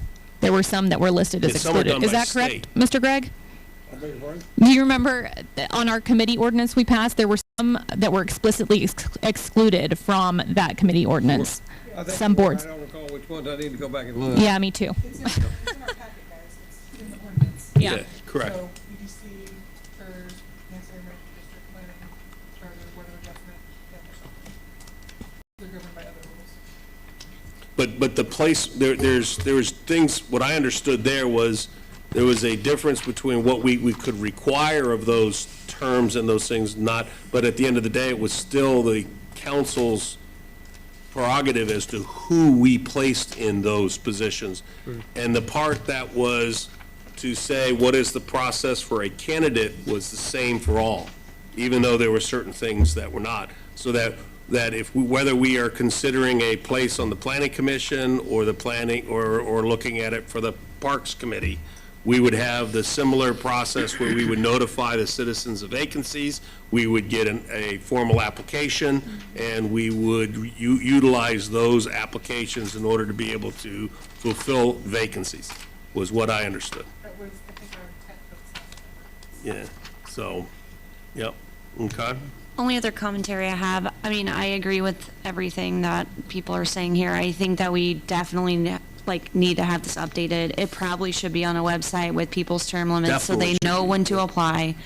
I also think that there are plenty of residents in the city that want to serve on these committees, and we should focus on the residents first and not folks that are outlying. So those are my comments. Fair enough. I wasn't here in November when all this was discussed, so I'll leave it at that, but yeah. I also, like Haley, was not here last November, but with just knowing what I know from what I know, I already had this marked up and could tell it was definitely on a date, so I do think we need to clean it up. I really do like the idea of housekeeping and having it every July, just so it's one and done. Everybody knows there's the expectation. I feel like we're always chasing our tails trying to get a, article in the newsletter. So those are my 2 cents. I do know that the Special Events Committee does want help, so as an advertisement here, anybody that wants to sign up, they could use your help. That's it. Yep. I would like to suggest that we use our time between now and July to clean all this up and do the right thing. So I would like to see us make a list of the vacancies. I would like to see us contact the committee members and see if they're still willing to serve, so we know if they're even willing. And then lastly, I would like to see application process right now. And then we'll have the committees set for July. We can, as soon as we can get the committees organized, whether it's November, December, January, they can function as new committee members, and then we, in July, have the date adjusted, either in July or with the ordinance. But I don't really want to wait till July to fix this. No.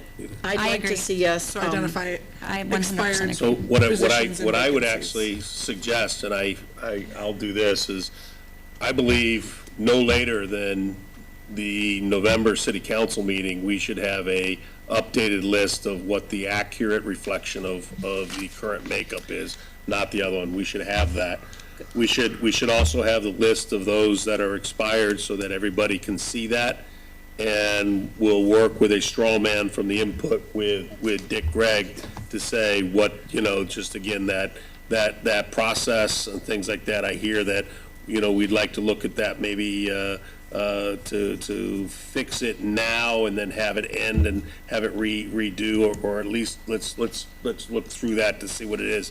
But that way we can bring that forward. We may not be able to get the codification by November, but we'd absolutely have it by December. And to me, I think it's got to be cleaned up in that time, within the next 3 to 6 weeks. Wait, codification Yeah, of what? Codification. So we've got codification, I believe, about the process. So if we're going to move something to July. Oh, so you want to put that into the process that everything is Yeah, I July? mean, if Okay. we're going to have to make it official. We're going to have to make the rules. So update That's the codification. ordinance, plus also make that true for the ones that are accepted. That's what I Okay. believe Okay. I believe that's the scope of what needs to be done. That the vacancies need to be posted ASAP, and then we need to be accepting applications and then filling the vacancies. And then this is when we step in and say, our new terms run July, term limits they end July every year. Point but I just feel like there's so many people on here. I mean, in that November meeting last year, we extended people that we didn't even talk to, and we didn't even know if they wanted to be extended. So, I mean, which, you know, maybe they did, but also maybe they didn't, and maybe they've dropped off since then, and that also leads to problems. I've also talked to some of the people in the planning commission. They've not had quorums. That's actually impacted like things with the dialysis. And I want to make sure that those people are, because that's a chartered committee, we need to make sure that those are the proper ones in case anything gets challenged, that there's not any concerns around the majority of what may or may not have occurred at a meeting. So I'm not sure on the committees who are the chair leads, if we can ask of people's participation while we're going through this, just to wean out the people that maybe are not participating at all and they're just still left on here, so you don't run into the problem of quorum. But I don't know if that's possible. Anyways, because this one was delayed, our next city council is in 3 weeks. So it's a short turnaround. But I want to make sure we do the yeoman's job of getting that really updated and presented so that we all agree that this here and all agree and see what the vacancies are, and then we would be in the process of doing just the actions that we said to be able to clean it up. Is that fair? So in 2 weeks, we'll have a list of the vacancies. Yes. And somebody will contact all of these committee members to see if they're still feel eligible, want to be eligible before that. So then we can add those vacancies. There's too many people to do that in 3 weeks. That's why I'm saying that's probably going to be December. Okay. But so I think in not only identifying vacancies, but what are actually expired terms, since these are probably out of date. They are. So, You don't think we can get a mass email out to you or on a committee? Are you still interested in 3 weeks?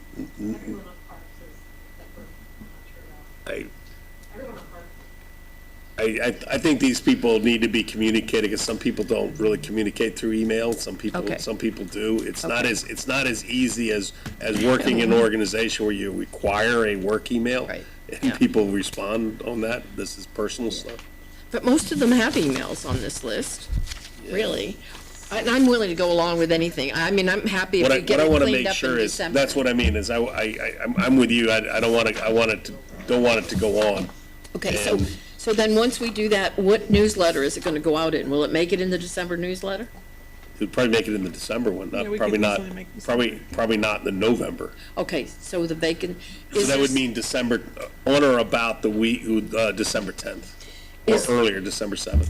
Is there any way the November newsletter could say something like, we are working on committees, we're looking at vacancies, November? Watch November? for the November newsletter? It's going to be way too late for November. Yeah. It's too late. Okay, all right, well. That's one of the things here is people don't realize the deadline to be able to get things into the Compass Rose is actually like 6 weeks before it actually comes out. Okay, great. Yeah, we'll have to. Okay. It's not easy. Okay. But I'll make sure that gets happened. I think I'll put out a good straw man for things, but we'll definitively get, what the output was there and what vacancies there are, so everyone, it's front and center to everybody there. And also, like, we need to be made aware of any open applications for any of these spots. Yeah, fair enough.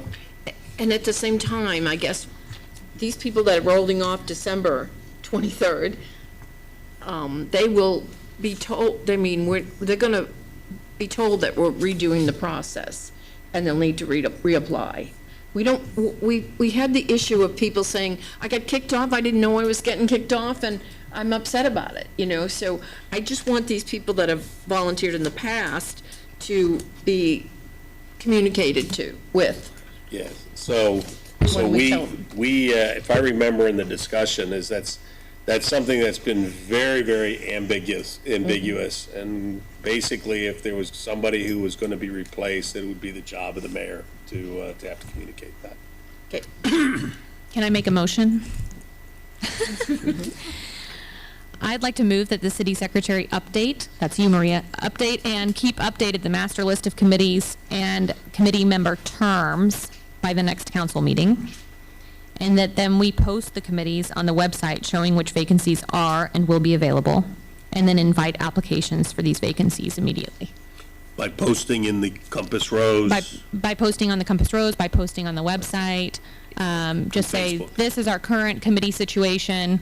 These are our vacancies, and we're inviting applications. Fair enough. Okay. Seconded by Chase. Any further questions? Any further comments? Is this going to be covering items 9 and 10 in new business? Is that Well, the intent of what we're sure. doing, or are we still going to go into 10? For I actually think this goes 9 and 10 Okay. because I wasn't expecting us to have a motion to do that in July. I think we actually have to see the process okay, yep, in paper before we can actually vote on it. Just, yeah. I just want to make Yep. sure that what we're Yep. saying is covering everything. yep. Okay. So I know Sarah motion and Chase second, and I definitely agree. I would say, like, when we update this list, we should have telephone numbers, email addresses, their preference of contact, all that stuff as we move forward through this whole thing. Maybe not by next meeting, but moving forward. And maybe not on the website, but Right. at least we need to have, or the Yes, city we secretary, should. and we need to have that. Right. The names and the term only- limits should be on the The only website. thing there is by pushing that, we need to make sure we have a very set, privacy aspect because For sure. we don't right now. And people have used emails and phone numbers Yep. as part of being a volunteer in order to be able to do things, for other purposes, which is just not, we just can't allow that to happen. Got it. It's illegal these days. It's Yeah, now I'm just illegal. saying names and term limits, yeah. Yeah, Correct. I mean, I think for our purposes, knowing how to contact Is, these yeah, people, it's correct. important. We but just not need to make posting sure, that. Or yeah, the we just need to chairs make or the sure we presidents or have that, Yeah, done. available for Confidentiality. meeting. Correct. So I guess Confidentiality. we need to vote, right? Yep. No, I have one more comment.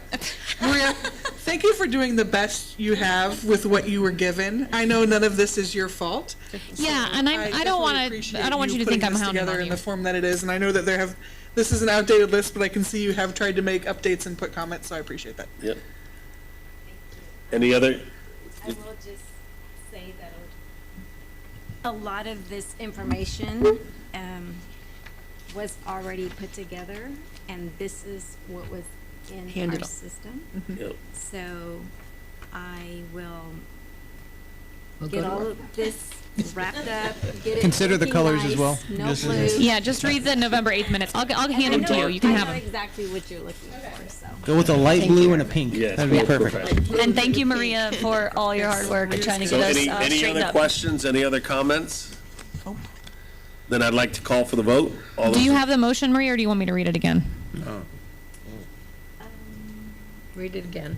I move that the city secretary update and keep updated the master list of committees and committee member terms by the next council meeting. And that we post the committees on the website showing which vacancies are and will be available and invite applications for these vacancies immediately. Yep. And can we add the Compass Rose for the? Yes, and doing that through the website and other Follow media the features of the process to city. promote those to Compass the- Rose, et cetera. Yeah. Okay. Channels. Any further comment? Any further questions? Then I'll call for the vote. All those in favor? Passes 7-0. Okay, now we are here to consideration and possible action to reschedule the city council's November 11th regular meeting to November 19th in observation of Veterans Day. We looked at the 18th, but there were some conflicts, so the next one was the 19th, and just want to make sure that's okay with everybody. And Maria says we need to have a motion in order to be able to. I would move to reschedule the city council's November 11th regular meeting to November 19th in observance of Veterans Day. Any further questions or any further comments? That is a Tuesday, correct? It is a Tuesday. All right, just making sure. Yeah, I was wondering, but we intentionally put it on Tuesday.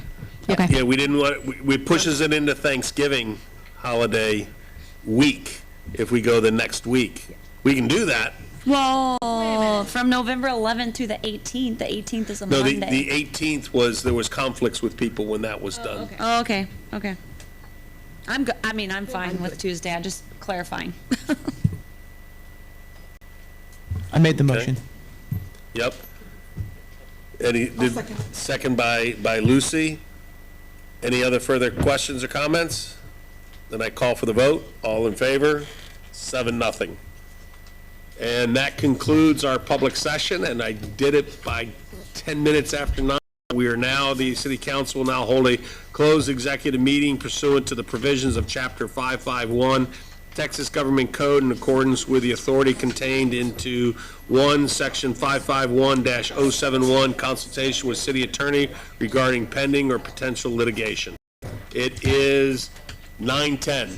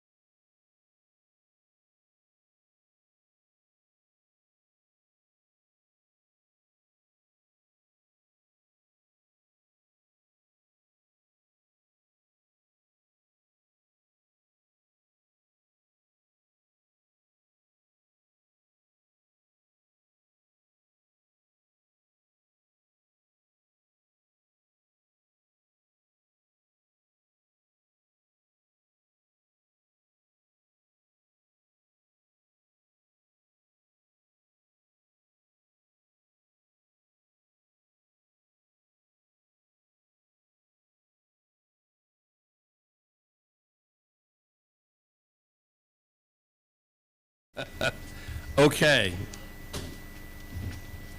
We are now reconvening. It is 10:03, and we are back into open session. And I believe I'd like to ask for a motion about the Jameson property. I'd like to make a motion. I move that we engage Andrews Kurth in anticipation of potential litigations with regards to 18410 Kingstown Court. Second by Chase. Any further questions or comments?